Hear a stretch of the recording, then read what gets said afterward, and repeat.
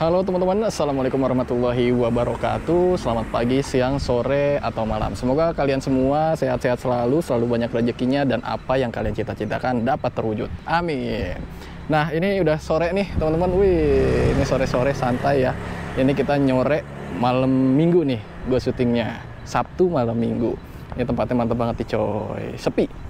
Oke, di video kali ini gue mau ngebahas tentang Honda Jazz GD3 juga, masih terkait Honda Jazz GD3.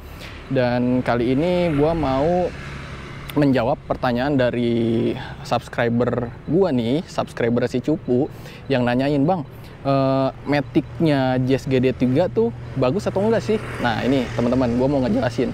Jadi gue kenalin dulu ya, untuk Honda Jazz GD3 ini tuh Matic-nya atau transmisinya itu menggunakan Matic CVT ya, bukan Matic konvensional gitu. Jadi untuk Honda Jazz itu, untuk GD3 dia CVT, kemudian naik di GE8 atau yang generasi setelah ini itu jadi konvensional teman-teman. Tapi untuk yang GK5 atau generasi Honda Jazz terakhir sebelum disuntik mati itu balik lagi ke CVT gitu teman-teman. Jadi gini teman-teman, untuk Matic CVT itu terkenal dengan kenyamanannya. Jadi cuma kayak naik motor Matic aja gitu, kayak jalan aja gitu.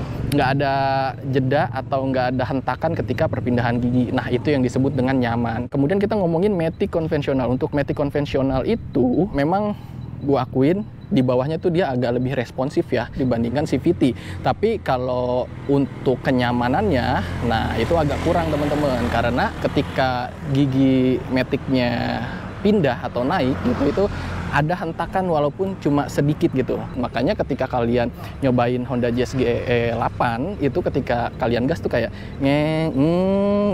ya itu ada perpindahan gigi walaupun tidak pakai triptonic ya. Itu otomatis dari sistem transmisinya kayak gitu. Oke, kita balik lagi ke pertanyaan yang tadi nih.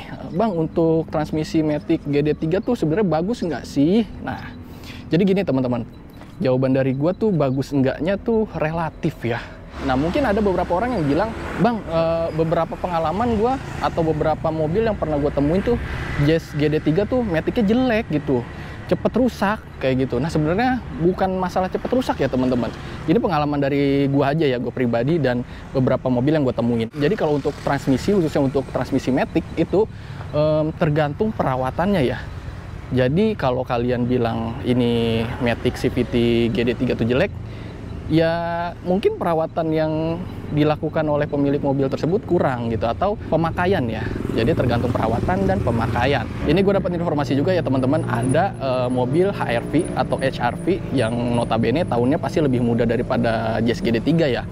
Itu Matic-nya udah jebol atau rusak teman-teman. Nah itu karena perawatan dan pemakaian teman-teman. Jadi kalau untuk Matic, ini kita ngomongin sama-sama CVT ya. Kalau untuk Matic itu yang penting perawatan, oli Matic-nya diganti secara berkala, dan juga oli Matic-nya menggunakan oli Matic CVT-F untuk yang CVT ya.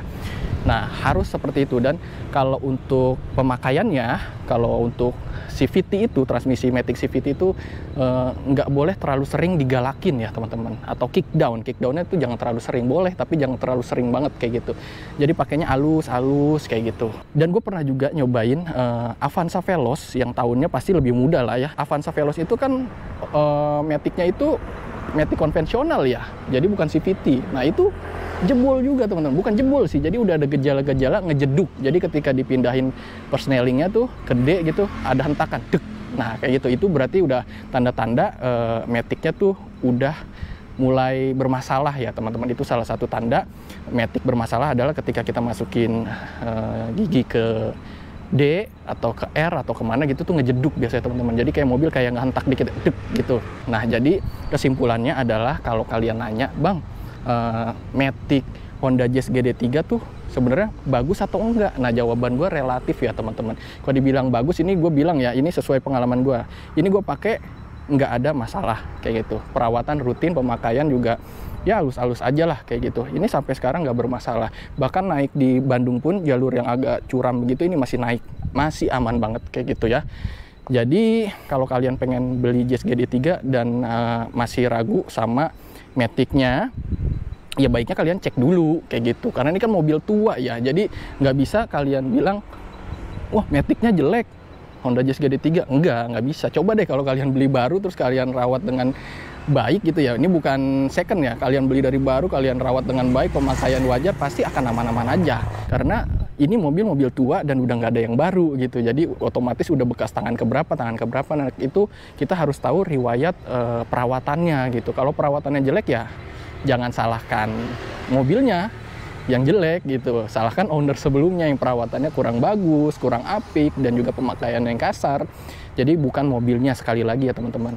Yang tadi gue bilang, bahkan sekelas Avanza Veloz itu sendiri yang tahunnya lebih muda dari ini, itu gue temuin juga ada yang udah ngejeduk kayak gitu Matic-nya, padahal dia Matic konvensional. Dan untuk Matic CVT contohnya HR-V juga ada yang udah jebol juga. Nah berarti kan di sini kita ambil kesimpulan bahwa bukan mobilnya, tapi perlakuan owner ke mobilnya kayak gitu. Jadi mau mobil Honda, mau mobil Toyota, mau mobil Suzuki, Daihatsu, itu akan baik-baik aja, itu akan kuat-kuat aja, itu akan bagus-bagus aja kalau perawatan dan pemakaiannya tuh baik ya teman-teman. Jadi nggak dikasarin, dirawat dengan baik, servis berkala, itu akan bagus-bagus aja kayak gitu. Jadi di sini gue bukan condong ke Honda, ini semua ke Toyota, mau ke Daihatsu, pokoknya semua tuh mobil tuh sebenarnya bagus teman-teman. Kalau kalian nggak percaya, beli aja deh yang baru, jangan beli second. Soalnya waktu itu ada yang nanya ke gua, bang bagus nggak sih Matic CVT GD3 ini gitu. Jadi dia masih bingung gitu, mau beli tapi bingung. Ya ini jawaban dari gua. Jadi tergantung unit yang kalian dapat, kalian harus cek baik-baik. Dan kalau mau beli mobil second ya mobil apapun itulah harus baik-baik dicek detail, dan juga jangan buru-buru teman-teman. Karena banyak juga nih unit-unit mobil second tuh yang tampilannya tuh apik banget, ciamik banget, mulus banget, tapi kan kita nggak tahu mesinnya kayak gitu. Jadi jangan tergoda dengan tampilan yang mulus-mulus aja kayak gitu. Jadi harus diperiksa lebih detail lagi dalamnya, kita test drive segala macem kayak gitu teman-teman, biar nggak nyesel belinya. Sekali lagi gue ingetin, jangan pernah menjudge mobil ini jelek gitu, kalau kalian beli mobil second. Tapi kalau kalian beli mobilnya mobil baru ya terserah lah. Tapi gue bisa jamin kalau kalian beli mobil baru dari dealer dan kalian rawat dengan baik-baik, pasti kalian akan bilang, wah mobil ini bagus ya, karena beli dari baru dan dirawat dengan baik. Tapi kalau kalian beli second dan perawatan sebelumnya itu nggak bagus, kurang bagus, mobilnya pasti cepat rusak. Mau mobil apapun itu teman-teman, mau mobil tua ataupun mobil muda, kalau beli second dan owner sebelumnya perawatannya kurang bagus ya pasti akan jelek unitnya gitu, dipakainya juga nggak enak kayak gitu ya. Oke, kayaknya cukup sekian dulu teman-teman video gue kali ini. Kalau kalian suka dengan video ini, silahkan like video ini dan share ke teman-teman kalian. Dan jangan lupa juga nih kasih komentar di bawah. Dan pastinya subscribe channelnya Si Cupu, biar gue lebih semangat lagi bikin videonya. Dan tekan tombol loncengnya agar ada notifikasi di gadget kalian. Oke, sampai jumpa lagi di video-video selanjutnya. Bye. Wassalamualaikum warahmatullahi wabarakatuh.